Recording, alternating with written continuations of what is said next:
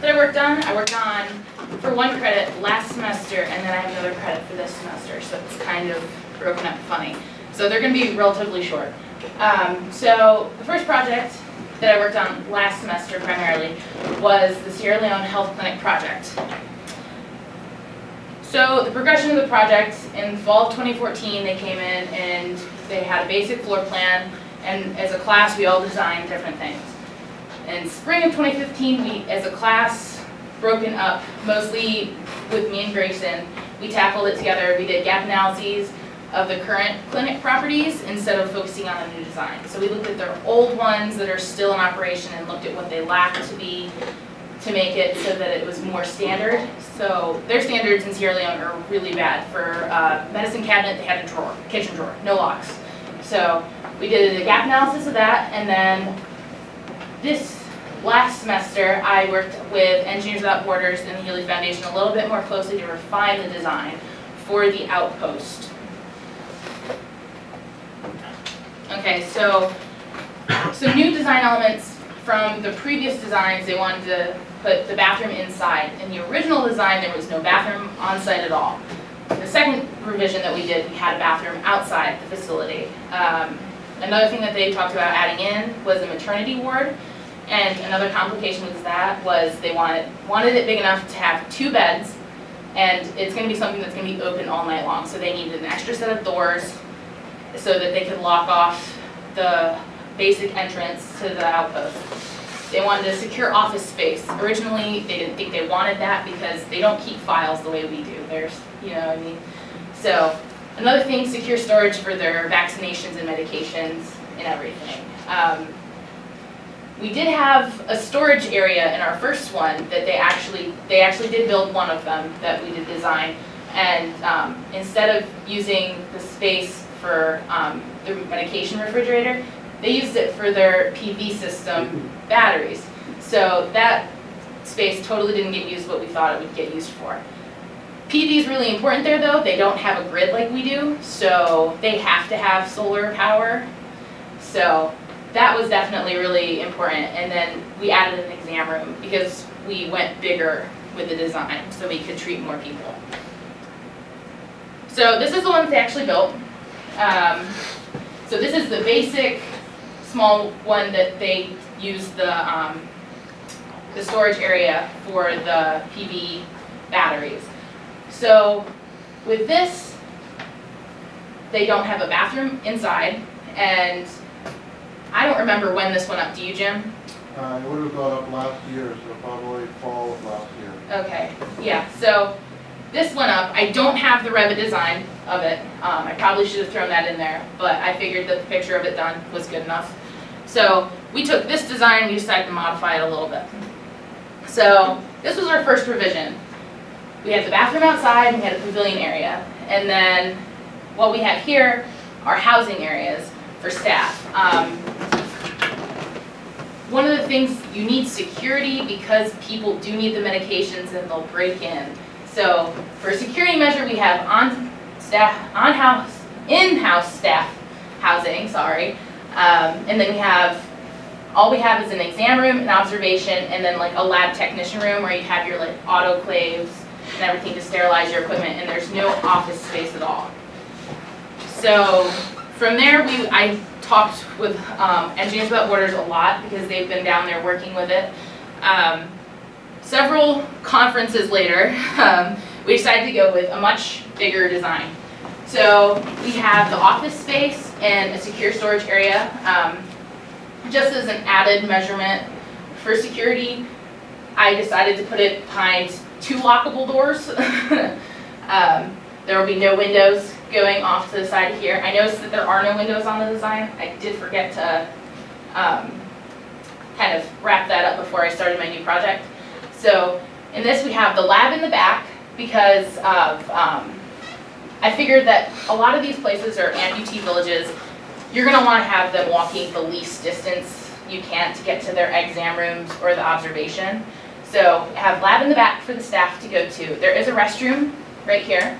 Originally this was marked as this, the battery storage, and the building was much shorter, but then I just decided to extend it out.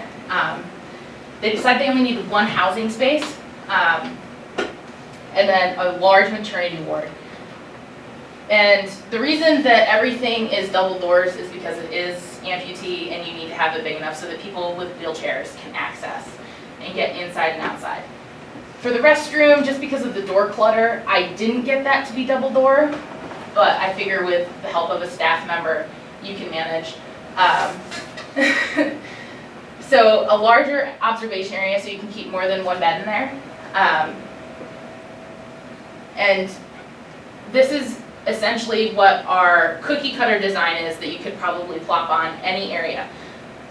You can make this smaller if you need it to make it useful for different areas depending on their population. These clinics, I believe, for how many people they're servicing in a community is close to probably 5,000. So it is a pretty large health area clinic, but they do see a lot of people daily. So that's what we wanted to make sure that we made it for. So my acknowledgements for this, all of these people. Special thanks to Jim Rape, he's been through it with us all the way since the beginning. Dr. Wunderlich, Dr. Ricci, and Grayson, special shout out to him. And Engineers Without Borders, they were very patient with me in all the meetings that I set up. So that's my Sierra Leone one, and I don't know if anybody has any questions about that before I move on to the next one. No, you did good. Great job. Cool. All right. Okay, this one is a lot more relaxed and fun, and I enjoyed it because I got to be creative. Everything just kind of slowed down with Sierra Leone, so I kind of took up a little bit of something different. So I decided that I want to do a high rise. I'm from in the middle of nowhere. I'm right on the border of New York, right by the Pennsylvania Grand Canyon. There is one, it exists, I swear. So I wanted to incorporate something that was kind of woodsy, up with the more modern. I do like the geometric side of things. So here's some of my sketches that I started with before I really just picked something. They're all really weird, and I don't know, I kind of like it, but I like the geometric work of this, but at the same time it's not geometric because I have the awkward slants and different stuff like that. So initially I was probably going to go with that one more. This one I kind of thought would be cool for like an international kind of thing, because it looks like the globe in a basket. I don't know. This one actually, it's kind of weird how things morph as you do them. I initially was thinking something along the lines of a research facility. So I was thinking like, oh, I'd do spirals like DNA, and then it just kind of turned into like facets and divots, and I really wish that I could have done that in Revit, but I don't know how to do not straight walls. So there's that. This is one that I actually did design, did a little bit in Revit.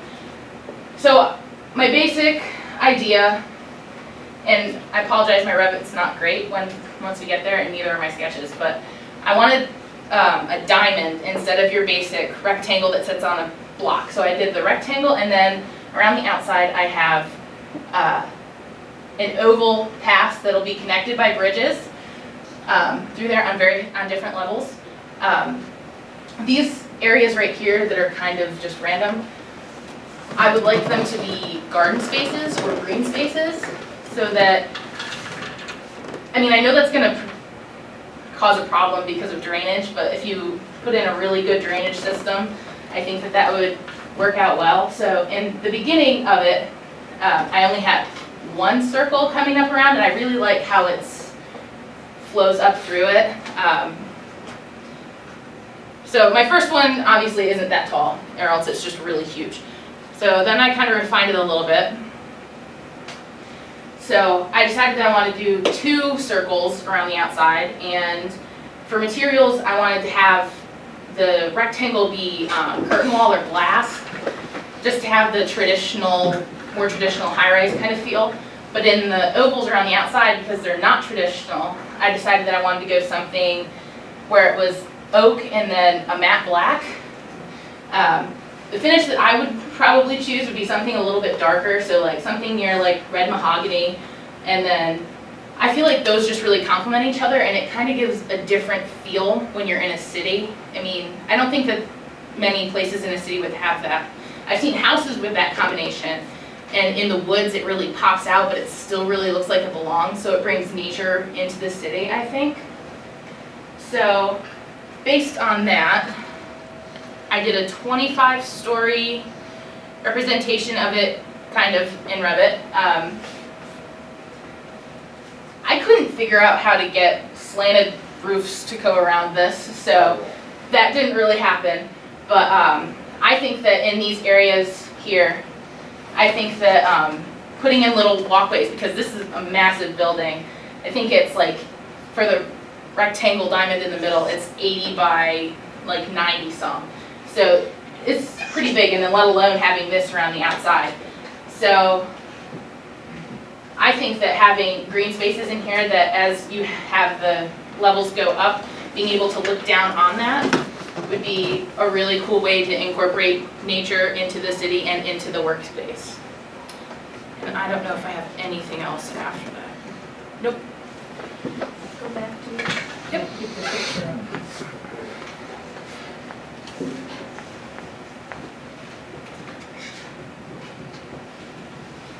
Is the oval that surrounds that, is that functional? Is there room within that, or is that an entranceway of some kind? The oval, I figured that you could use that as office space or like as meeting rooms.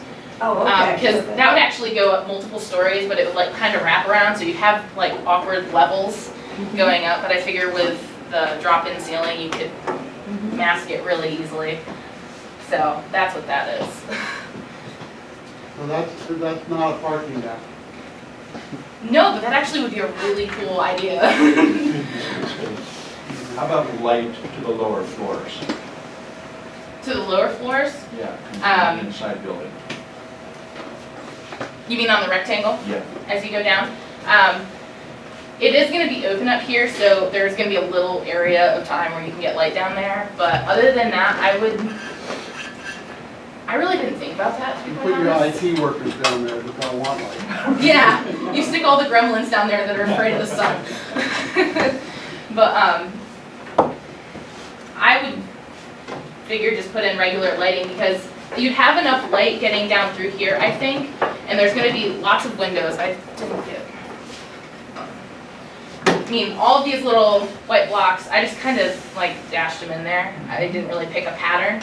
But if you put in lots of windows on those areas, you're going to have enough light coming through there at certain times of the day that you're going to be okay. The only problem area is going to be down here, and I figure that's going to be like your entrance space where you'd actually have it lit with like the theater lights that you can like point down or something like that.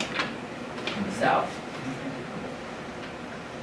yeah. Do you have a real vision for the interior design and space at this point? No, I really only looked at the outside. I only thought about the outside and how I like the geometric and how I would like the different materials on the outside of the building to look. Yeah, because it seems like you have a Miesian modern rectangle with, Gary or the sculptor comes to mind, Richard Serra, with that outer space, which has sort of a different psychology, I think, altogether.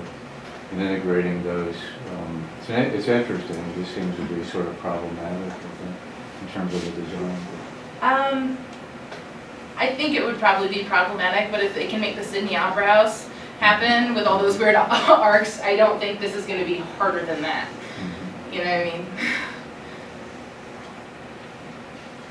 Jim? So, Sarah, what did you learn going from a very evolutionary type of design with Sierra Leone clinics, which you designed one, they built it, they learned from the experience what was happening, came back to you for kind of a modular type of thing that you described. It was very functional and very straight lines and things like that.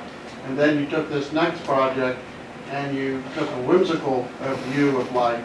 Yeah. So from that educational experience, was that good to have those contrasts? Was that frustrating to have those contrasts? I mean, the Sierra Leone project, I really enjoyed because it is a humanitarian project and it was real, but there wasn't a lot of creative, you know, opportunity in it. Right.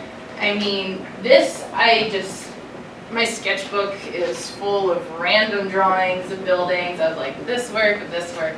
I mean, I really enjoyed this just for the freedom. For the therapy. Yes. Yes. So, I mean, I appreciate both projects a lot. I've learned a lot between both of them. This one was definitely a little bit more fun and lighthearted. I didn't have a client, so.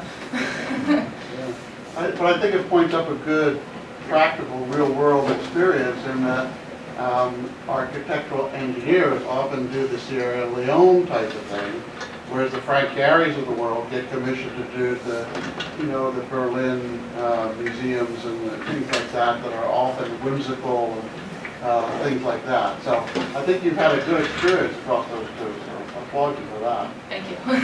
Whimsical's not bad. Can you go back to your Revit? Yes.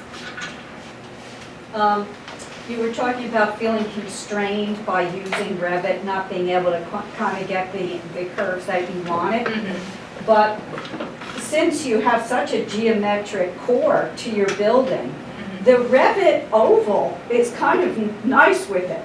You Well, know, in a way, it's I was not like trying to figure out how to shocking. represent it the best way possible. And I was like, I'll just put one at 10 floors high and the other like Yeah. 14 or 15. Well, yeah, the way it wrapped, because an oval is more dynamic, but still within that kind of geometric vocabulary. And of course, you have it there opaque, so we don't know exactly how it would work. But in terms of putting the two forms together, I find that one in a way more compatible. So you want to be open when you are kind of exploring something, that things happen that you didn't count on, but they weren't what you were expecting, but they might offer a solution in themselves. Yeah. Would you do a quick run through all the slides, just real quick? Yes. Yeah, that's what I thought. What I wanted to share with you is you've done a nice job of putting just the right amount of graphic and information on each slide, and it was easy to follow and for you to make your points. You've done a nice job of presentation, I think. Oh, thank you.